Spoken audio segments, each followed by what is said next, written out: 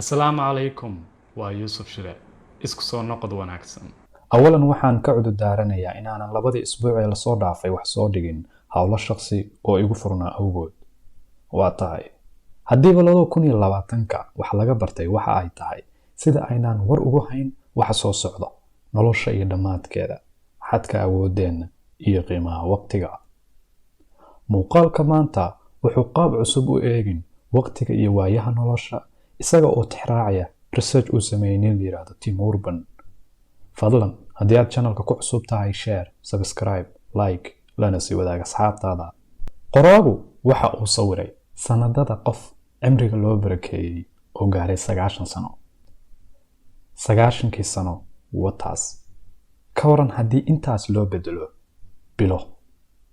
wow, war bal isbuucna ka dhig haddaad tirina waa kan. u kaadi aynu sii dhaafnee oo 90 sano maalmo u bedelno.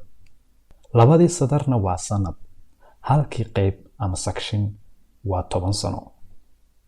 tan runtii fikir badan ayay igu dhalisay. halkii dhibic waa maalin khamiis, jimce ama isniin ah, waa maalin caadi ah. halkaas ku hakasho armay u baahan tahay. laakiin intii aan u turinayno nolosha isbuuciyo ama maalmo ama dhibco, maynu tijaabino oo ka qiyaas qaadano khibradaha iyo dhacdooyinka nolosha, kuwaas oo iyagu lafdhabar u ah nolosha, dhadhan iyo micnana u yeela. aynu eegno Axmed oo 34 jir ah, una rajayno inuu 90 sano nabad iyo caafimaad ku gaaro. hadday saas tahay waxaa u haray Axmed 60 xagaa ama jiilaal. haddii uu reero banooni yahay waxaa u haray 60 Super Bowl ama league inuu daawado. aynu dhahno badda ma jeclo, hal mar buu sanadkii dabaashaa. iyana waxa u haray wax ka yar 60 jeer inuu ku dabaasho badda. tusaale kale haddaan bixino, haddii aad tahay 30 jir 5 buug akhriya sanadkii, inkasta oo ay u muuqato inaad buug aan cadad iyo tiro lahayn aad akhrin doontid mustaqbalka soo socda, xaqiiqda ayaa waxa ay tahay cimrigaaga inta ka dhiman inaa waxa buug dunida jira keli ah ka dooran karaysid 300 oo buug. aadanna awood u yeelan karayn wax kale oo ka baxsan intaas inaad akhridid ama ogaatid. pizza haddii aad bishii hal mar cuntid waxa ku haray qiyaastii 700 oo pizza in aad cuntid inta aadan gaarin 90 sano. laakiin fideogan waxaan u duubay maahan waxa aan soo sheegay ama aan ka fekerayay bes. waxa aan soo sheegay oo dhan waa xaqiiq aan iska indha tirno iyo dhacdooyin ku baahsan xariiqda waqtiga. haddii aad 3 meelood oo meel cuntay waqtigaagii, waxa isna tagay 3 meelood oo meel khibradii iyo dhacdooyinkii dhici lahaa inta aad nooshahay. laakiin qodobka ay tahay inaan si weyn ugu dul istaagno waa xiriirka aan la leenahay bulshada nagu hareeraysan, dadka aan jecelnahay, waalidka, walaalaha iyo asxaabta nagu qaaliga ah. ka fakar waalidka oo ay suurtagal tahay in ay jiraan 60 sano haddii aan ka qiyaas qaadano da'da Axmed. intaadan qaan gaarin eed guriga la joogtay waxaa 90% waqtigaaga la qaadatay waalidka. laakiin hadda meel kale ayaad u guurtay oo waxayaa ka barataa waddan kale ama waxaad ka shaqaysaa magaalo kale. qiyaas inta aad sanadkii aragto celceliska. haddii aad sanadkii 10 jeer is aragtaan, aadna nasiib leedahay oo ay gaaraan 90 sano waalidka, waxa ku haray 300 oo maalmood inaa waalidka la qaadatid. ilaan 30 sano ayaa uga dhiman cimrigooda. markii aad xaqiiqtan eegto, waxa aad yaqiinsan inkastoo aysan noloshaadu weli dhammaad ku dhoweyn, haddiiba eeb cimriga kuu barakeeyo oo 90 ku gaarsiinayo, waxaa dhammaad ku dhow waqtiga aad la joogi lahayd dad aad qaali kuugu ah oo dhammaadka toodii u sii siqanayso.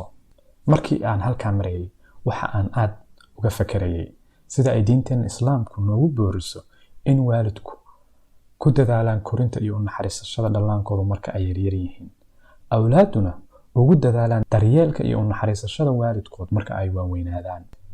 sawirka sida ka muuqata, waqtigii badnaa ee waalidka aad la qaadan lahayd waxaad isticmaashay markii aad yarayd. si la mid ah walaalaha, waqtigaad la qaadan lahayd badi waxaad ku soo wada qaadateen guriga. sidoo kale saaxiibadaadii high schoolka iyo jaamacadda, adoo eegaya sida ay dalka dhinacyadiisa iyo daafaha dunida ugu kala faafeen, dadkaas kugu qaaliga ah waxaa hoos u dhacaya tirada inta jeer ee aad inta kulantaan, waqti wada qaadataan ama aad wada hadashaan. su-aasha aad isweydiinaysid waxaa laga yaabaa inay tahay warseen u ogolaa xogtan aad madaxa nooga shubtay. Qodobka koowaad, in aad dadka aad jeceshahay kula noolaato hal meel aad bay muhiim u tahay. Dadka aad isku magaalada joogtaan ayaa waqti badan u heli kartaa marka loo barbardhigo dadka aad u kala fog tihiin. Qodobka labaad, kala mudnaantu waa muhiim. Yaa mudan waayahaaga iyo waqtigaaga haray. Hubi go'aankaas inaad adigu gaartid oo listiga sida loo kala muhiimsan yahay aad adigu gacantaada ku qortid. Qodobka saddexaad, quality time matters. Waqti wacan oo xusuus iyo micno iyo macaan leh la qaado dadkaas kugu qaaliga. Marar badan waxay u muuqan noloshu mid gaaban, mararna mid dheer. Laakiin ogow, wataas nolosha aad haysato waa bokisyada isbuucyada iyo maalmaha ka kooban. Ereyga aad ku qeexi kartaana waa shay qaali ah oo aad u qiimo badan iyo nimco Eebbe ku siiyey. Waqtigaaga u eeg sidii diamond-kii. Isna weydii isbuuc kastoo cusub iyo maalin kastoo dhalata, waqtigaaga si wacan ma u isticmaashay. Ku farax oo dhis diamond-kaagaas. Baraarugsanow oo u warhay naftaada iyo waqtigaaga. Waqtigu waa hanti, ma ogin goorta annaga iyo gacalkeennuba tagayno. Eebbe subxaanahu wa tacaala mid wacan oo micno leh ha nooga dhigo. Fadlan share, subscribe, like lana sii wadaag asxaabtaada. Ilaa kulanti dambe oo xiiso leh. Assalaamu calaykum.